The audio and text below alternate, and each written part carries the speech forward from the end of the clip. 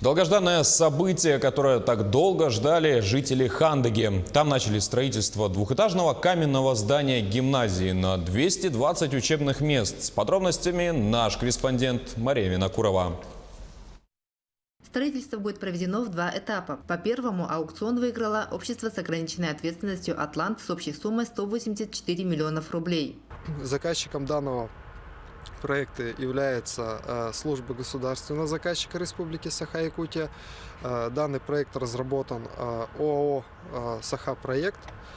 Ориентировочная сметная стоимость полностью объекта составит приблизительно 253 миллиона рублей.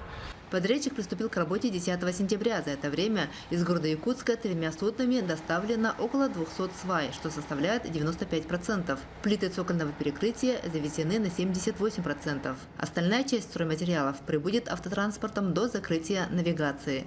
На объекте трудится 8 человек, задействовано 7 единиц техники. В эти дни проводятся работы по сносу части здания прогимназии, перенос тепловых сетей. На территории объекта выстраиваем жилое помещение, столовую. Готовимся к круглосуточной работе, к работе в зимнее время. Так что чем лучше мы подготовимся к зиме, тем производительнее будем работать. На территории объекта установлено видеонаблюдение в режиме онлайн, по которому за ходом строительства можно наблюдать с любой точки республики.